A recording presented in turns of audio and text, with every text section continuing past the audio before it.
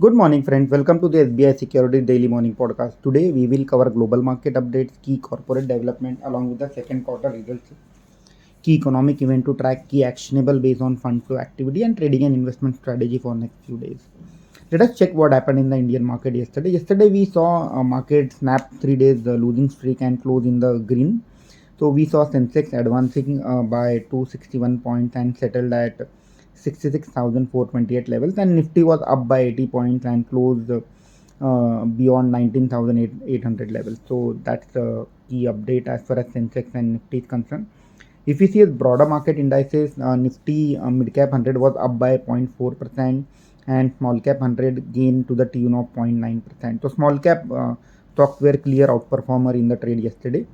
Among the sectoral gainer, we saw banking, IT, media, metal, pharma, and oil and gas sector were in green yesterday in the trade yesterday. In terms of advances to decline ratio, the market breadth was in favor of bulls. So we have seen 2,185 stocks in green as compared to 1,504 stocks in a red. So the market breadth was in favor of bulls. Advances were more than the declines.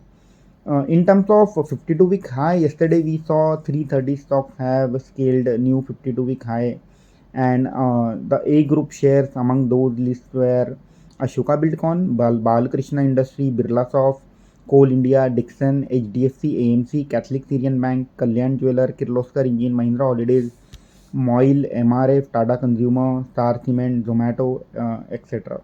So why we are presenting this list of 52-week high on a daily basis in front of you? See, despite of so much choppiness in the market, there are 200 to 300 stocks which are scaling new 52-week high every day, and there is some positive development, either stock specific or sector specific, which is getting captured in the stock prices of this company. And this stock should be on our radar if you are a positional trader or you are a medium to long term investor. Let us check what happened in the global market yesterday. So yesterday we saw Dow Jones and S&P 500 were flat, and Nasdaq was down by 0.3%. And this was mainly due to the correction in the stock price of Nvidia, as the US government is increasing its restriction around the sale of semiconductor from American companies to Chinese companies. So that led to the correction in the all the semiconductor stocks in the US market. In terms of data, so yesterday retail sales data came in the US, and we saw retail sales was up by 0.7% on month basis as compared to the street estimate of 0.3% growth. So that's the surprise reading, which shows that there is a resilience in the American consumer spending despite of predictions of slowdown. So and this had a rub-off effect on US 10-year yield. So we saw the US 10-year yield has again spiked to 4.86 levels, as if you remember, US 10-year bond yield were trading at levels of 4.89% on 6th of October. That was the high which US 10-year bond yield has scaled that day. And again today we are seeing the US 10-year bond yield close to that 17-year high levels. So why this is important data point? Because what happens whenever there is an increase in US 10-year bond yield, we always see an outflow from an emerging markets like India from foreign institutional investor. So this is one of the important data point which we need to keep on our radar on day basis. In terms of crude oil prices, so yesterday crude oil prices were stable and are hovering around $90 to the barrel because of the diplomatic effort taken by the many global leaders to calm down the conflict between Israel and Hamas. In terms of earnings season, so yesterday we saw Bank of America posting better than expected numbers in the US, whereas Goldman Sachs has disappointed the street. Today evening, Tesla and Netflix will be declaring their numbers in the US markets. In terms of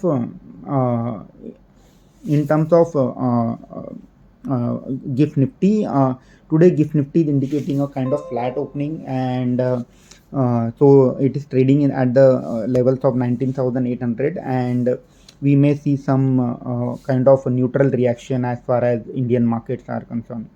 In terms of fund flow, yesterday we saw positive fund flow from both foreign institutional investor and domestic institutional investor, and they were buyer to the tune of 263 crore and 112 crore respectively.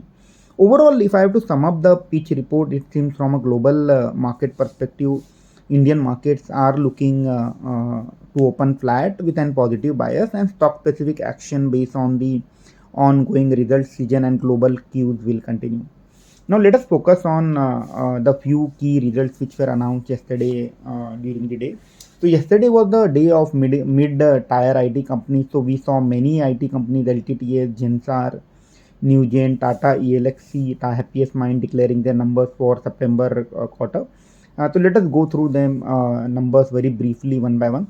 So LTTS reported very strong set of number in line with street expectation, but they have cut the top line growth guidance from 20% earlier to 17.5 to 18.5%.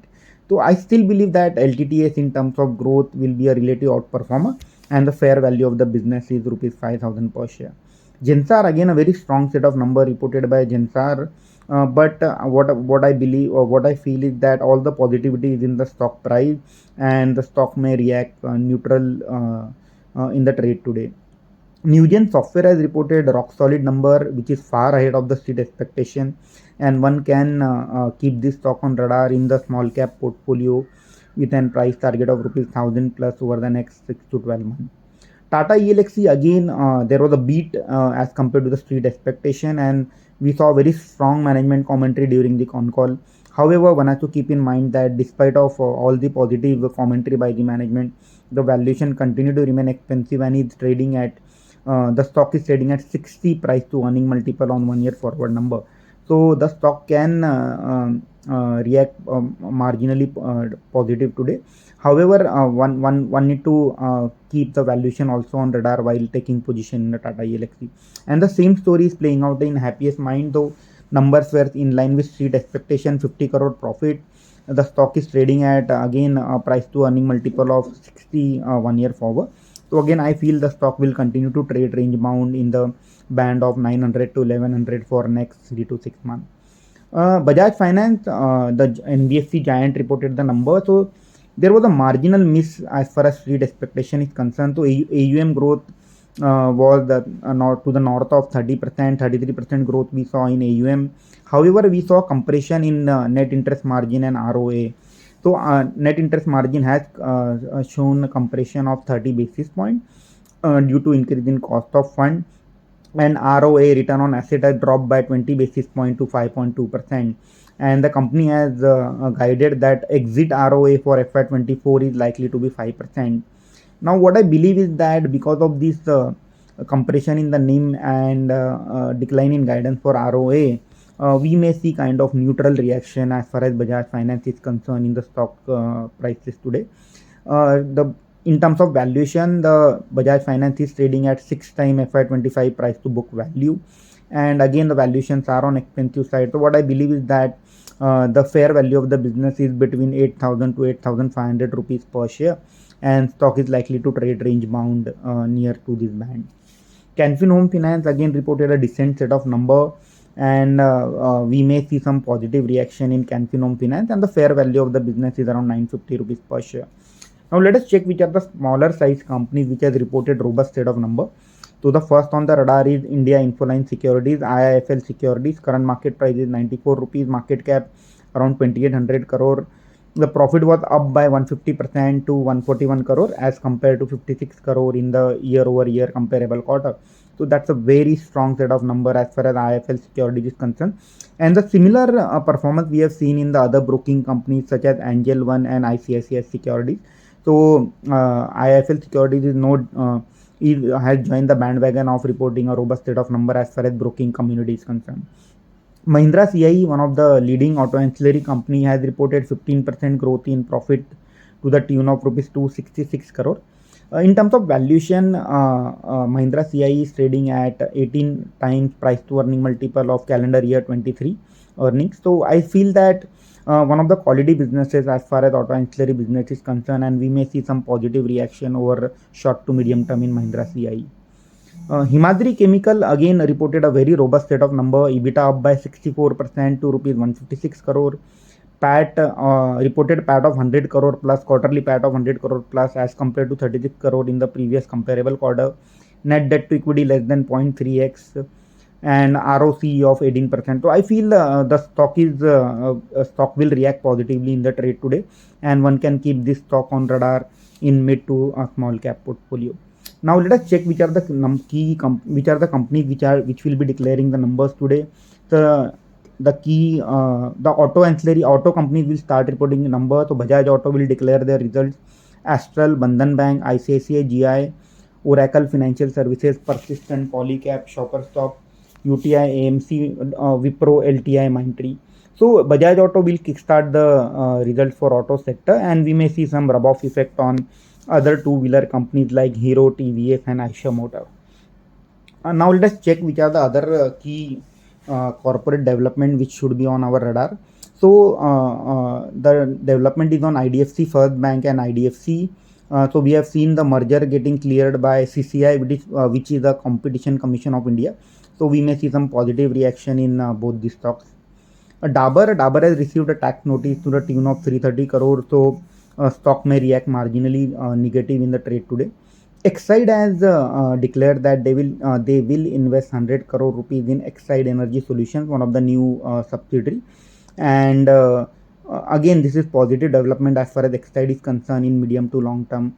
And what we have seen is that during since last 2 quarters, all these battery companies Exide and Amara Raja are reporting a relatively better set of numbers because of the cooling off in raw material prices, and at the same time we are seeing a pickup in the two-wheeler volumes, passenger vehicle doing well. So to that extent the demand environment is also pretty healthy as far as Exide and Amara Raja is concerned. So the sector is underowned, and this should be on our radar as far as if you are a medium to long term investor. So OFS has been declared in HUDCO. So we have seen 12% floor price has been declared at 79 rupees, which is at a 12% discount to the current market price. So one can look at this OFS if somebody is a medium to long term investor. In terms of IPO, so one IPO is opening up, IRM Gas. So one can apply for long term. The company is into the city gas distribution business, very similar to Gujarat Gas and IGL. So company is mobilizing 545 crore through fresh issuance of 1.8 crore share, and there is no offer for sale. The price band has been fixed at 480 to 505 rupees per share. The company has already mobilized rupees 160 crore from anchor investor, and when I was going through that list, I found many marquee mutual fund names like Font, Nippon, who are part of this anchor list, and one can look at this IPO from medium to long term investment perspective. The further detail one can look at from the IPO note, which will be uploaded on SBI Securities website today in the research section. In terms of bulk and block deal, so one company, Aditya Vision, we saw HDFC Mutual Fund buying 95,000 shares, which is approximately 0.8% stake in the company, and one of the private investor, Angad Kumar, has sold 1 lakh share. So this stock can be on radar. The company has been doing well in terms of ophthalmology retail chain. So if I have to conclude today's discussion, so again a stock specific action will be seen in the market based on the results. So we have seen how IT sector, most of the companies have reported numbers as far as IT sectors are concerned, and there are many mid-sized companies which are reporting a robust set of numbers. So we may see some positive reaction in companies like IIFL Securities, Mahindra CIE, Himadri Chemical. At the same time, yesterday we saw, after a long period of consolidation in terms of price action for RVNL, Ircon and RITES, the stocks are back in momentum, and we expect the momentum to continue in short to medium term.